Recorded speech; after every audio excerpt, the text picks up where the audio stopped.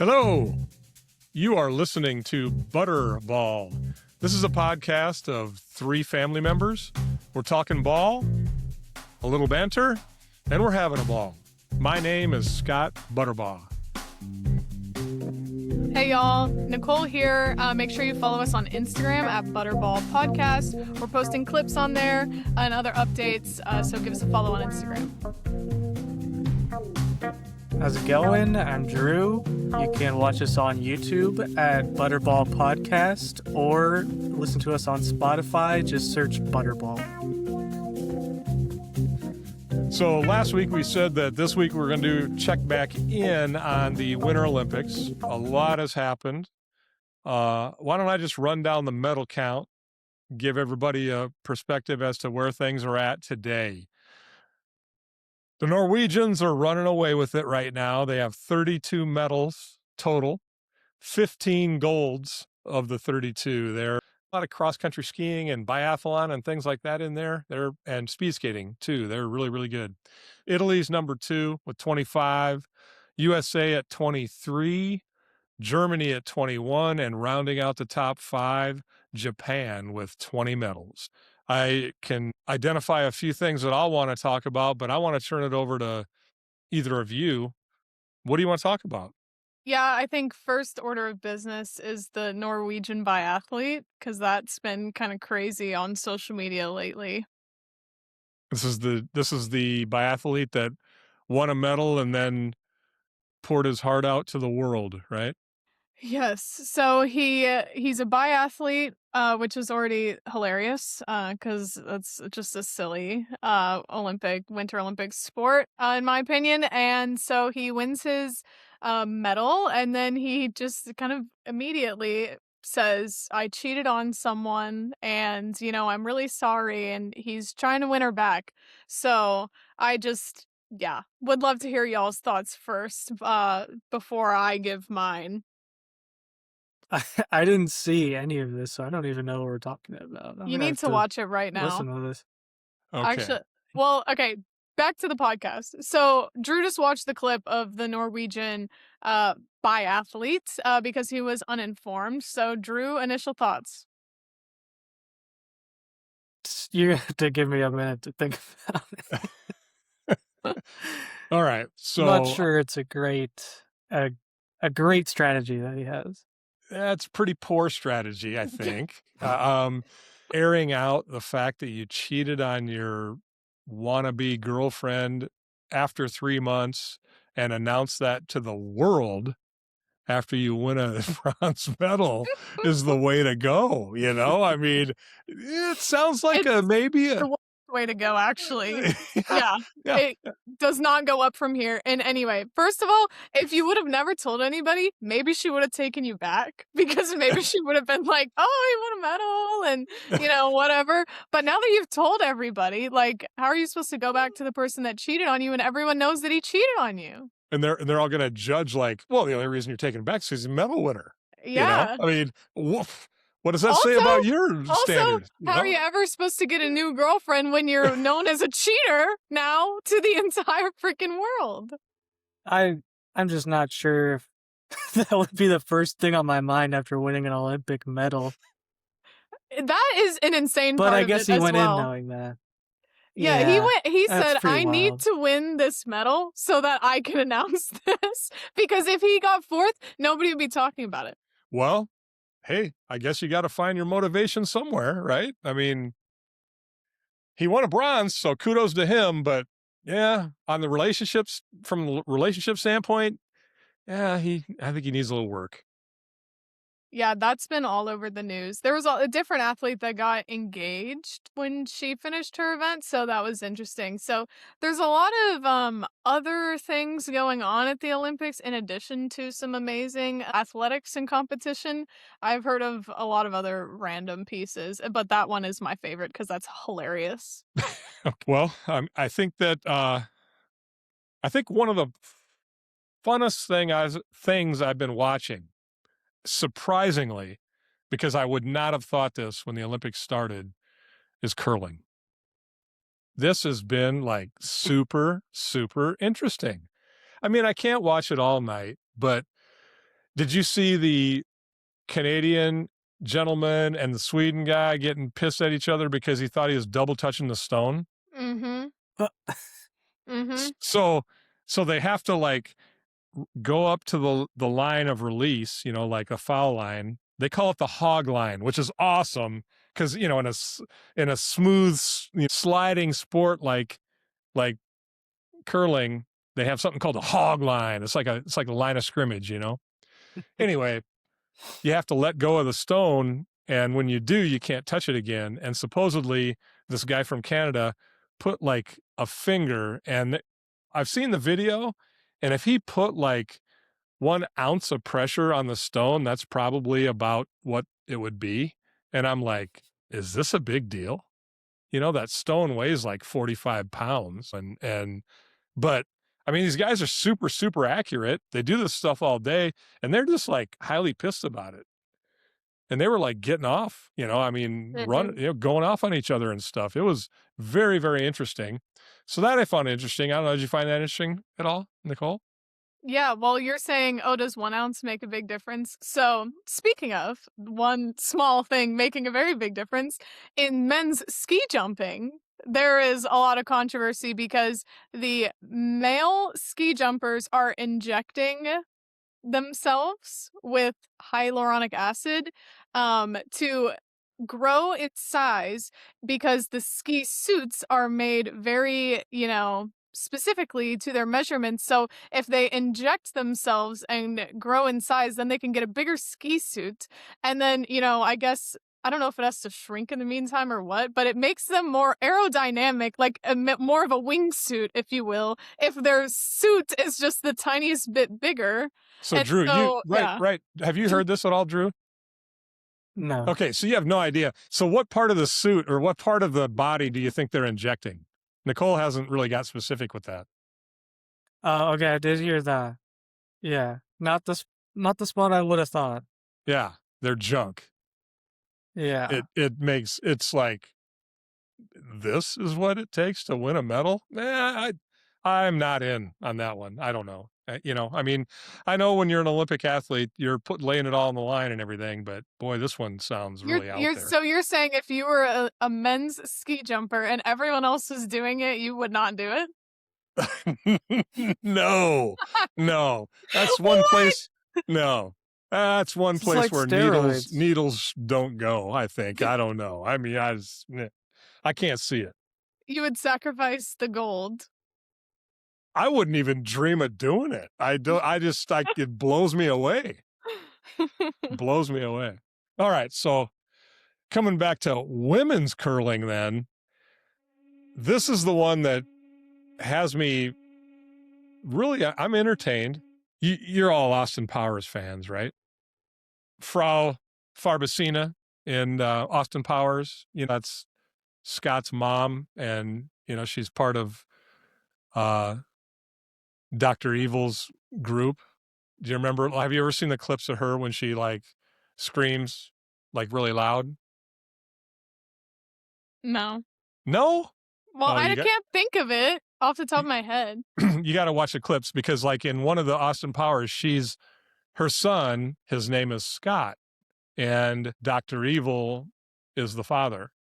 And so she wants to introduce her son to Dr. Evil, and she goes, "I'd like you to meet your son, Scott."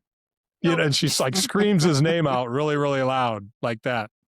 So when I'm watching women's curling, they're great. I mean, they're great. They're great at what they do. I'm not disparaging them in any way, but the sounds of it remind me of Austin Powers because you see them go and they'll like release the stone and the stone will go and they'll be like, line is good, hotter, and they'll start screaming and stuff, and it's hilarious. It reminds me of like lines in Austin Powers when he goes, arm the laser. He'll go, arm the laser, and she'll go, arm the laser. You don't remember that? Bring in the gods. Why is Drew Your impression's actually pretty good. Yeah. It's pretty spot on. It's good stuff. So I'm just like, every time I hear him like release the stone, or I see him release a stone, and then I hear the noises, I just start laughing. It's awesome, but it's also entertaining to watch. And the U.S. won a medal, but man, it's been going on. They've had like all the lead up to.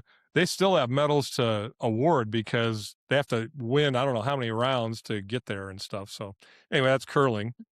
Um, so our one guy that we liked, Ilya, who does the backflip on the ice, he struggled, and it's been really sad for all of us that are big fans of him and what he was doing. Mhm. And he's been popping up on my For You page a lot, and it's hitting close to home. So like I've done, of course, my master's thesis was about on the yips, or mental blocks in sport. It's now published in a peer-reviewed academic journal. So I've researched this a lot, spoken with collegiate professional athletes and coaches about this type of thing. Of course, I mentioned Simone Biles in there, and she actually spoke with him, and she's been, seen on TV talking about this as well, because essentially it seems kind of similar to what she went through in the Olympics when at our last Summer Olympics. It's a lot of people talking, it's a lot of pressure. I think social media has intensified all of this, and I mean, he's said himself that he just kind of ended up getting in his head. um Yeah, I mean, I think that a lot of people, if you're not an athlete, you may not really understand what pressure like that feels like. I mean, this guy's been training for a long time. He nailed his short program too. I mean, he was way ahead, right? I mean, he was like 99.9% favorite to win. But man, the moment is huge. And to have to compartmentalize your thoughts and not worry about too much in the moment and stuff like that, he couldn't do it. I mean, that's just, it's one, but he's young. He's young, and that's the way things happen. And you feel bad for him, but that's sport. That is what pressure is, right? And it's horrible to watch somebody go through it, but you know, I, but he has got a lot of support, which is good, from people. They understand that, and he was honest about it. mhm. Hey, the moment overwhelmed me, and that I think is refreshing, It's because hard to do. yeah, Yeah. yeah, you don't have to make excuses or anything. I mean, it is a huge moment.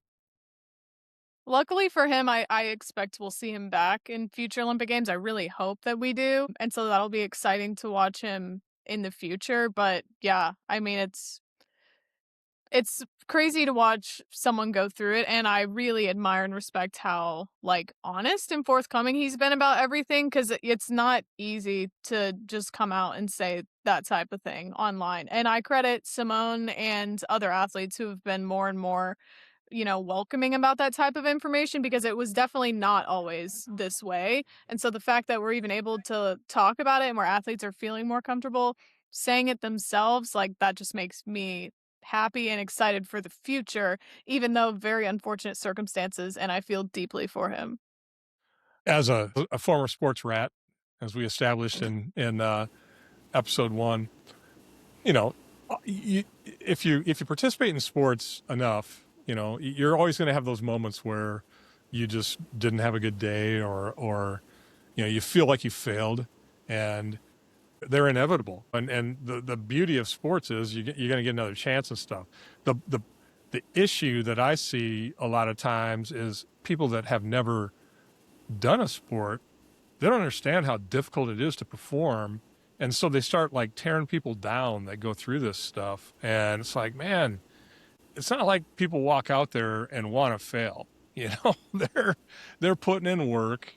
They're putting in practice, whether if it's in football, they're watching film, other sports, they're going through repetitions and rehearsal and everything else. And, sometimes it just falls apart because of, again, the ability not to be able to compartmentalize. When you're doing skills like that, I mean, because I was come from my gymnastics and cheerleading background. So when you start doing such advanced skills like that, I mean, there's no way you can think about every single aspect of what you're doing, so your mind almost goes on like autopilot. And that's actually like good is when you're in your flow state, not thinking about every single specific thing that you're doing. And so if you can't get your mind right to get into that flow state, if you're worried about a billion other things, then like it's not gonna be clicking.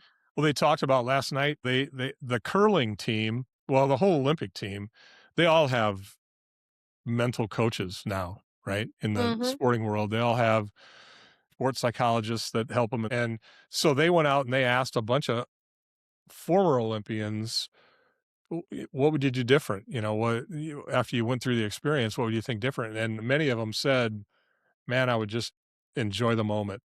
So many of them get there and they think, let's do one more practice run. Let's do another, I gotta be 100%. And they're just like, just relax, just enjoy the moment and have faith in yourself and go perform because you can do it. And that I think is a lot of what people go through throughout their sports career. Like when you're younger and you're trying to do sports as a 14, 15, 16, 17, 18-year old, man, the pressure you put on yourself because you want success every single time, it's really, really hard, and that's probably the hardest thing as a father watching you all do your things. Hell, I wanted success for you all too. And I knew that, if you failed, you're going to be fine.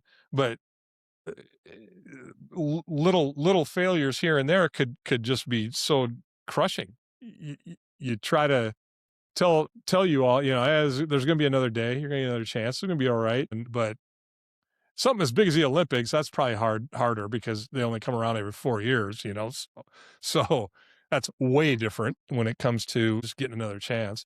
I mean, Drew, like in baseball, you know, if you got 3 at bats in a game, that's only 3 opportunities, right?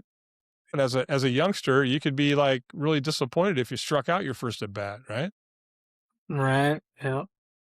I mean, as you got older, how'd you process it different though? Like when you were younger, it'd be really hard on you. As you got older, how'd you try to process it different? What would you tell yourself? It's not so much as I would tell myself something different, but it's more of when I was a kid and that's like my 50th at bat, it hurts a lot more to strike out than when you're older and you've had thousands of at bats, It doesn't Yeah. sting as much anymore. Yeah. Oh, I was just gonna say, do you feel like in your beer league baseball team that you play now, do you feel like it's easier to like hit the ball because you're not putting the pressure on yourself than when you played like, when you were younger? Mm, I maybe that has part to do with it, but a lot of it has to do with guys not throwing over 70 miles an hour anymore, so it could be a lot of that too. Nice. Really? You don't have guys heating it up out there? Not every once in a while. Not very often. I, all the sports that I did through the years, I a lot of times I just wasn't happy, and I mean, and it was just like I might have a pretty good game, our team may win, but I'd be like remembering the stuff I could have done better, and you just put that pressure on yourself, and you really don't take time to enjoy. Man, that was a pretty good team win, we had, and you're just like, God, yeah, but we screwed this up, we screwed that up. How are we going to win a championship if we don't do these? And that I'd get stuck in doing that kind of stuff, and I regret that a little bit because it was just too much thought. I mean, just play, have fun, get after it, and have a good time. Yeah, But but that's one thing that y'all did as parents really well for us that not all parents do well is like y'all never put the pressure on us to be perfect in sports either, which that's like one of my fears when I see like other parents like getting more involved in like their kids sports or whatever is I'm just afraid that that's gonna like translate or how that translates. I don't know how exactly that experience looks because again, y'all were very At least for me, I don't know if Drew would agree, but for me in my sports, my parents never really had much of an input on like what I was doing, or like how I was performing. Like that was all up to me, which I'm so glad, and I think I'm very independent because of that.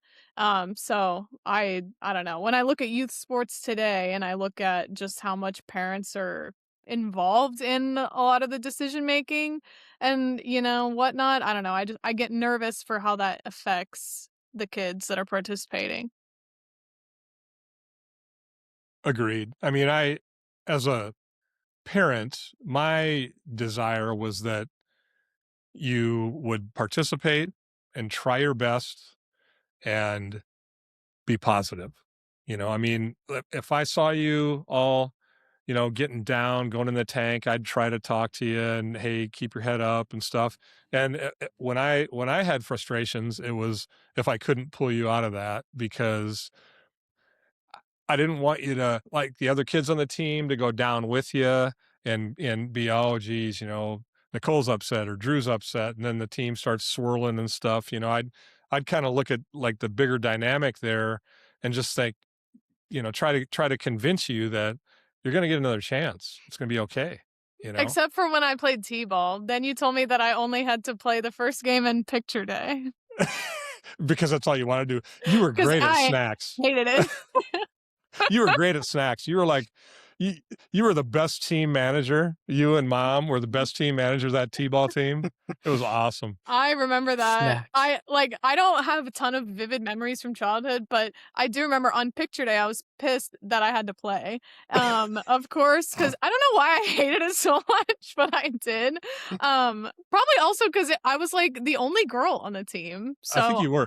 But you would always have the bats laid out perfect, and you had everybody's snacks lined up and stuff. And I mean, you were an MVP for sideline, help well, for sure. Like mom said, if you're gonna if you want your picture taken, which I think I did, of course, if you want your picture taken, that you have to play. And I remember sitting down on the base and you dragging the base because they were like those little flopping ones, and you dragging the base with me on it because I wouldn't get up. I can't believe you remember something like that. That was because it was traumatic at the time. He drug the base with me on it. That's funny. That's valid though. Good times. What else on the Olympics? We got, let's see, the U.S. did win a couple gold medals in the speed skating. It's hard to overtake the Netherlands and the Norwegians and those folks in those events and stuff. But the U.S. had Jordan Stoltz, I think is his name, and he won the 500 and the 1,000. That was pretty cool to see. He was zipping around. What do they say? These guys go like, I don't know, 37 miles an hour or something like that. It's amazing, like how fast they go. Pretty incredible. This was like the first time I ever really sat down and watched speed skating. I don't think I ever really have. Do they always crash that much, or is Were it you just a lot? were you talking short track or long? You're Short talking track. short track. Yeah, the short track, I think they do. They were Yeah. crashing a lot. Well, because there's like anywhere from 4 to 8 of them on the ice. It's Mhm. yeah, and they're going around. There's a zipping around, and they're going over 30 miles an hour. Oh yeah. I mean, they're flying. And that's what I was saying last week when you'd see them, they go down and their legs start flying in the air, and they've got those blades that they're long, and I'm sure they're sharp, and they're flying all over the place. It's pretty wild. I did hear him say though, their suits are made out of Kevlar, like our neck guards. They have the whole suit is like that. Got it. Yeah, so even if you're in last in speed skating, everyone else in front of you can just crash and then you can still win. Yeah, I mean there's a strategy. Well, it's NASCAR on an ice rink. Nothing's happened yet with our sports schemo that we want to see. I think that all happens this week. So Thank nothing you there. for the update on Yeah. schemo. I'm trying to stay in tune Looking with forward that to one. He's very excited about schemo. Yeah. Okay. So I then watched I watched a bunch of skeleton one day. That one's an interesting one. okay. So on that sled, is there a steering mechanism or is it just their bodies? Is it their body lean? Right. I think it's how they lean. That's the Oh whole my sport. God. I don't know. That's, that seems a little out of control, doesn't it? Yeah, they were going like 70, 80 miles an hour on the track. That's nuts. Head first. Head Head first. first. They Yeah. just have a helmet. It's not going to protect your neck or anything. That's scary stuff. Earlier, I said the U.S. is at like 23 medals. I think they've won a few today. But the interesting thing is the events that they won the most medals in so far are the free free ski, like the moguls, free air, half pipe, all that kind of stuff. Of the medals they won, though, I think two of the people were responsible for like four of them. There were two females moguls that run the moguls that are pretty good. Elizabeth Limley and Malin Koff, and they rolled in that area. So the U.S. has some good downhill type skiers, but again, like if you look at cross country skiing, all the other ones dominated by the Europeans on that front. And snowboarding starts soon, right? Well, that's been going on. Chloe Kim won a medal. She won a silver. I think that the U.S. has only won a couple medals in snowboarding so far, but yeah, it's going on right now. Okay, because I love the Shaun White video. Yeah, from his what was that, from 2006, or is that the year? Is it that old? Oh my Yeah, goodness. that was from Yeah, he was like 2006. 16 or something. 19. Yeah, he was 19. 19. He said, "Yeah, they were bringing me drinks." Yeah. Bring me drinks, and the interviewer goes, "Well, you're only 19." Mountain Dews, babe. I'm talking about Mountain Dews, baby. He had that so fast. Yeah, I he mean, did. that was crazy. Yeah. Yeah, it's amazing that's 20 years ago. Man, time flies. Okay, so now we have hockey. That's the one sport that we're really dialed into. We talked last week, that female team is incredible. Drew? Yeah, I was taking a look at some of their scores, and it hasn't been close. 5-0, 5-0, 5-0, 5-1, 6-0. That is Yeah, nuts. it is nuts. They've given up one goal. I mean, you think about it, like at an elite level, getting a shutout, man, that's hard for any team, right? And they're just doing it almost every game. It's unbelievable. The announcers, they're like, well, this is for sure the best female team that the U.S. has ever had. I believe it.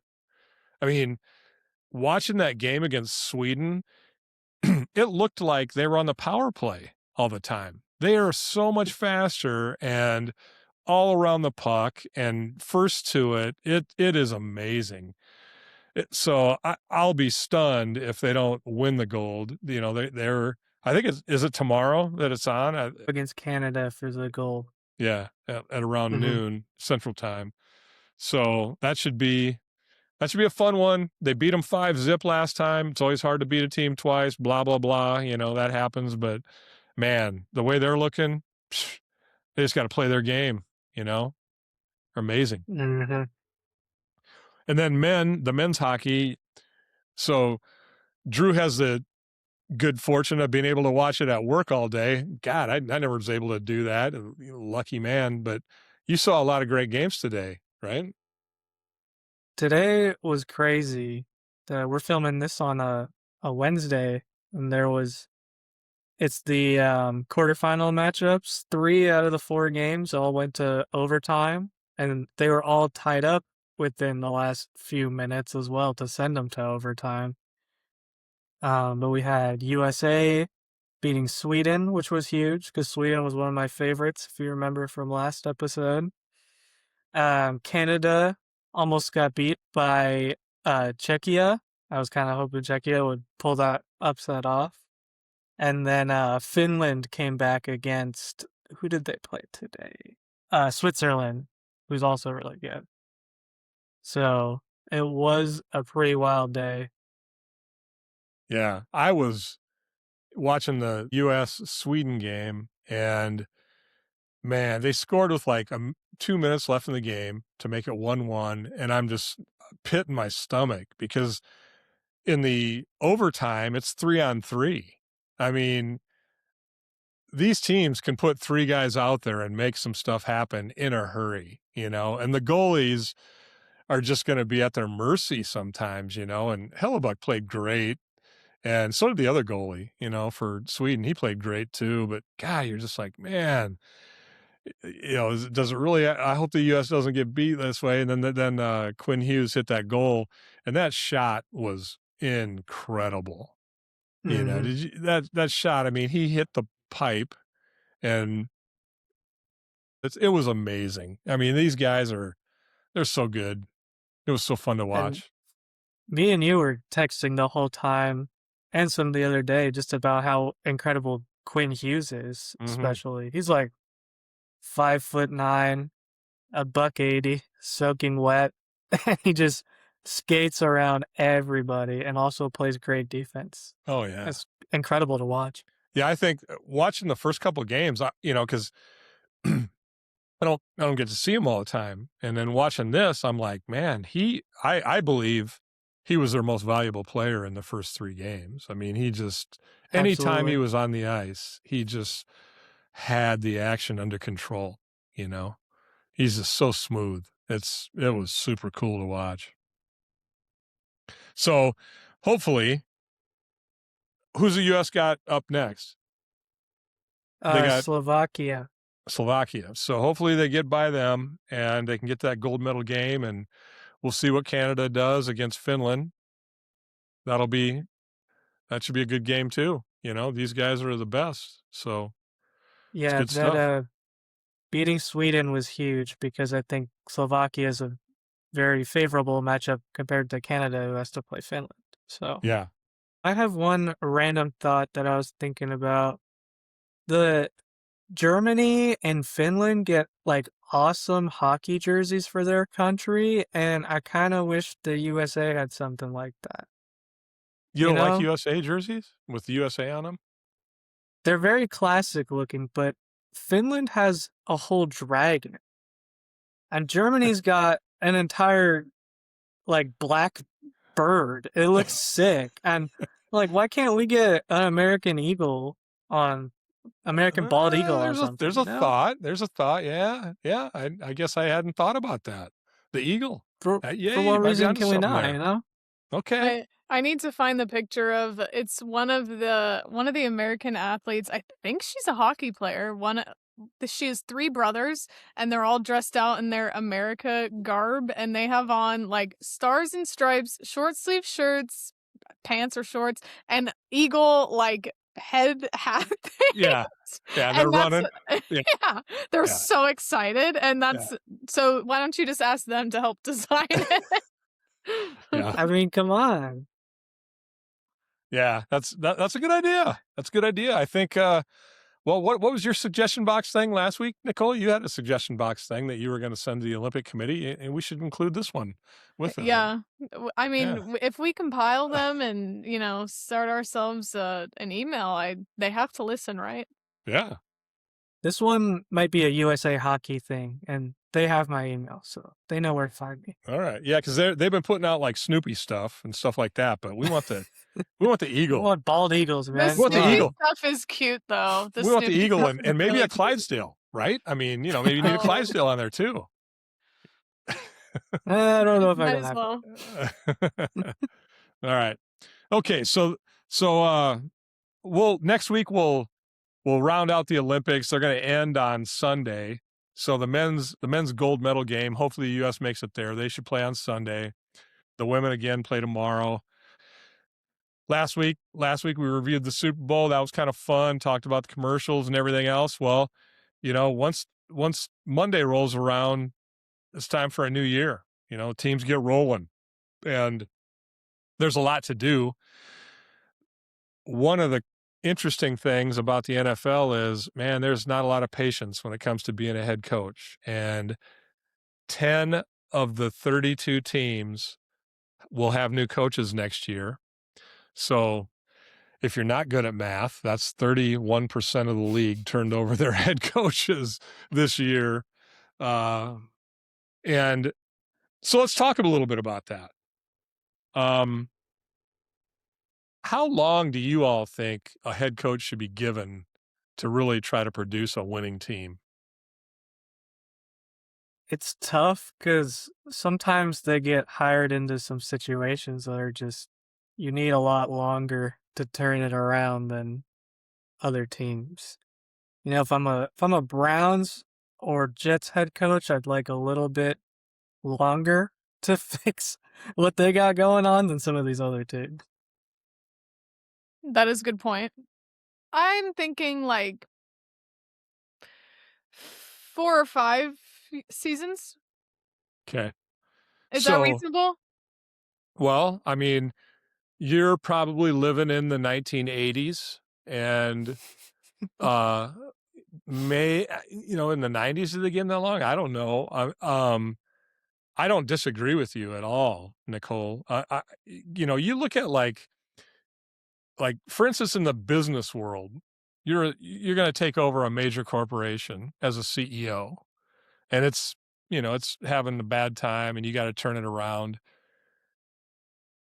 People are impatient there too, but it takes like 2 to 3 years just for them to get their financials straight Yeah. and to start to get things moving in the right direction so that then they can get on a trajectory to really make a difference. I mean, so it's like a 3 to 5 year process, and people are so impatient these days, both in the business world and especially in the NFL. So I don't disagree with you at all.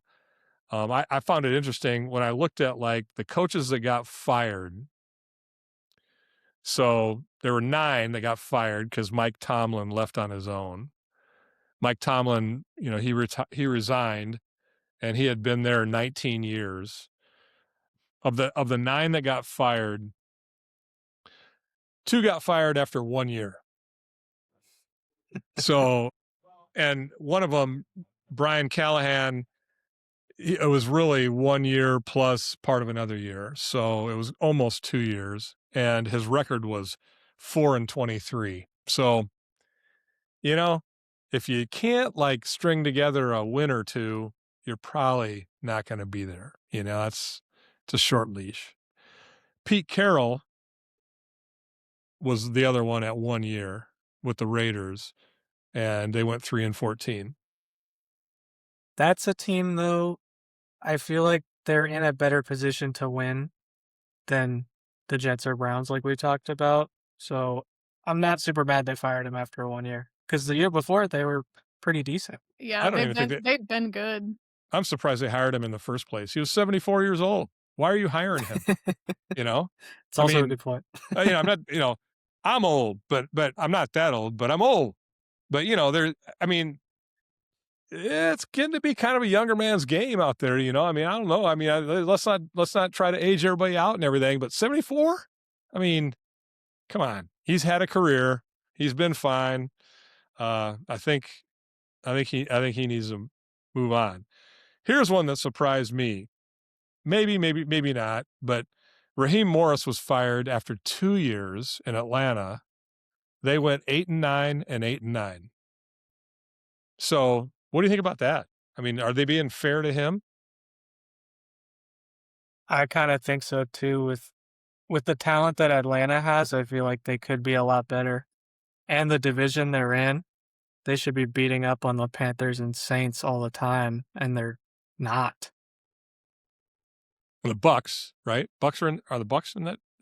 Yeah. Bucks are in that division too. Well, I mean, so the Bucks fans could be saying the same thing about the Bucks. If we don't win the division, Panthers fans, well, we drafted Bryce Young, blah, we got this, we got that. It's God, the difference between winning and losing is so slim.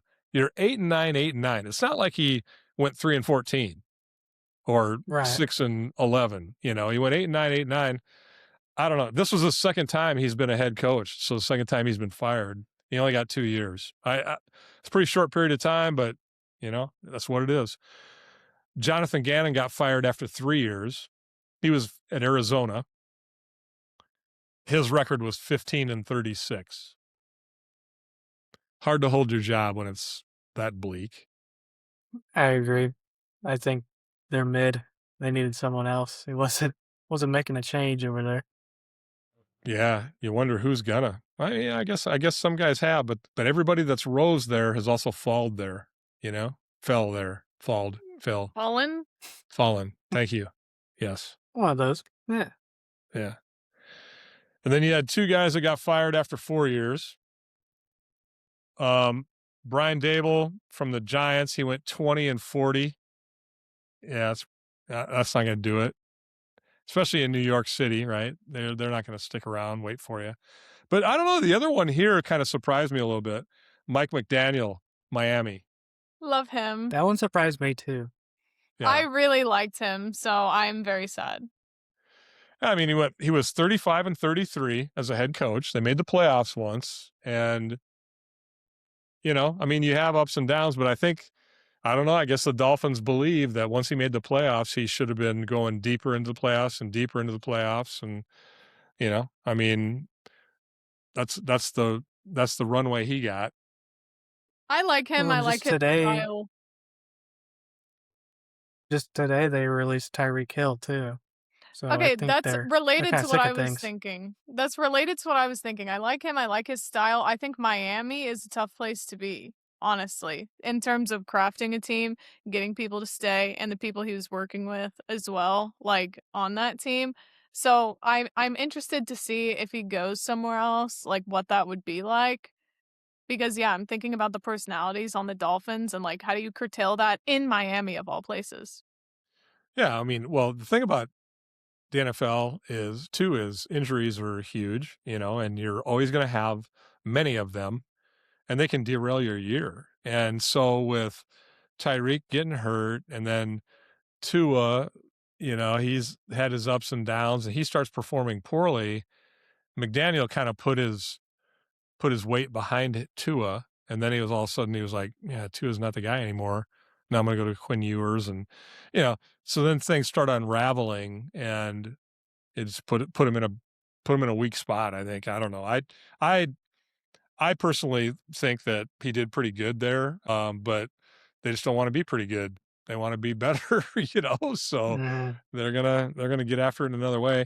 Then he had Stefanski, who was with the Browns for 6 years, and he got canned, and now he's with Atlanta. He took the Atlanta job, so he's recycled over to Atlanta. And you look at his record. His record's 45-56 over the 6 years. They made the playoffs twice, and he was named Coach of the Year twice, which that's an interesting thing to me because I guess if you go to Cleveland and you make the playoffs, you get to be Coach of the Year. You don't have to win the that's Super what Bowl. I'm talking about, how bad the Browns are. You just Yeah. have to be pretty good to be considered a great coach there. Yeah. It's bizarre though, because they've had really good defenses, but they threw their money behind Deshaun Watson, who did absolutely nothing for them. They left Baker Mayfield, which was a mistake in my opinion. Huge And, mistake. and whatever they've got, they've brought it on themselves. I mean, they had good players. I think they whether it's between Stefanski and the GM or whatever, they did what they did, and That's how I think. It has to be an internal culture thing because they have had the talent, yeah, but it just hasn't been manifesting. So there's got to be something deeper going on there. I agree. yeah, absolutely. And then you had this one blows my mind: Sean McDermott getting fired in Buffalo. 9 seasons, won 100 games there. Took them to the playoffs, 8 times. They got this little problem in front of them called the Chiefs, for a good part of that. And, the people are just, okay, time to make a change. Okay. Here we go, and I'm blown away by it. I really am. They say he's going to take the year off and then probably come back because he'll recycle. He's a good coach. I agree. The Bills have been a top 2 team in the AFC for almost every year he's been head coach. Yeah. And they just can't put it together in the playoffs, which is a completely separate thing, but it doesn't make any sense to me. Yeah. Yeah, and then you got John Harbaugh, 18 years with the Ravens. They feel like they need a change too. Okay. All right, so he's going to New York. I think he'll probably have success there. He went to the playoffs 12 out of the 18 years he was with Baltimore. They won a Super Bowl. Were in the AFC Championship a few times. Had a little problem called the Chiefs as well, to deal with. I mean, it's so hard to win, and if you're there, you're there a lot of the time. It's really interesting just to see how this all plays out. But man, that one made no sense to me either. You win a Super Bowl with the guy. You're a top 2-3 team, just like the Bills every year in the last few years. Like, why is now the time to make a change? Well, now when you look at the new coaches, there's 10 new coaches. 3 of them are in their 30s. 4 of them are in their 40s. There are none in their 50s. So sorry, 50-year-olds, 50 to 60-year-olds, you're just not in vogue in the NFL right now. And the 60-year-olds, they hired 3 60-year-olds, and Harbaugh's one of them. You had Todd Monken, who's being hired by the Browns. He's over 60. And the other one was, they recycled Mike McCarthy from the Packers and the Cowboys. Now he's going to be the Pittsburgh coach. Yeah. So the new head coaches in Arizona, you got Mike LaFleur. He's a brother of the Packers coach. Baltimore, Jesse Minter, age 42. Never been a head coach, but he's ready. That's what they think. He's going to be better than John Harbaugh. Where is he from? I couldn't even tell you who that guy is. Let's see. He was with the Rams. He was with the Ravens. He coached in college at several places. A lot of times he's been a defensive coordinator. So, these guys build their pedigree and people get to know him and like him and stuff. And so I guess they're ready. He was with Baltimore before. So they're like, hey, let's go young. Let's bring this guy in. And John Harbaugh can go over to New York and coach over there, and we'll see what happens here. So that's what they're going to do. Buffalo's going with Joe Brady, 36 years old. He's their offensive coordinator. So he was the offensive coordinator under Sean McDermott, booted McDermott out, promoting him to head coach. So maybe him and Josh Allen have a great relationship or something. I don't know. And then you got Clint Kubiak, age 38. Jeff Hafley, 46, going to Miami from the Packers. And Robert Saleh, who was with the 49ers, went to the Jets as head coach, then went back to the 49ers as defensive coordinator, and now he's going to the Titans to be their head coach. So, what you see a lot of times in the NFL is guys recycle. They'll get a job, get fired, get another job. They get a number of chances, so that's a good thing. They obviously it's a fraternity and they come back around and stuff, but I think that there is, there's a movement. There has been a movement for a while. A lot of young coaches coming up, and nothing wrong with that at all. Because it's a hustling game when they're coaching out there. So I think it's interesting that a third of the teams now have new coaches, and there's just a lot of movement, in the league. You've been listening to Butterball. This is a podcast of 3 family members. We're talking sports, bantering a little, and having a ball. Thanks for listening. Yeah, make sure to follow us on Instagram at Butterball Podcast, posting clips on there and other updates. So give us a follow on Instagram. And you can watch us on YouTube at Butterball Podcast or listen to us on Spotify and search Butterball. Hey, just don't listen, subscribe. And we'll see you next week.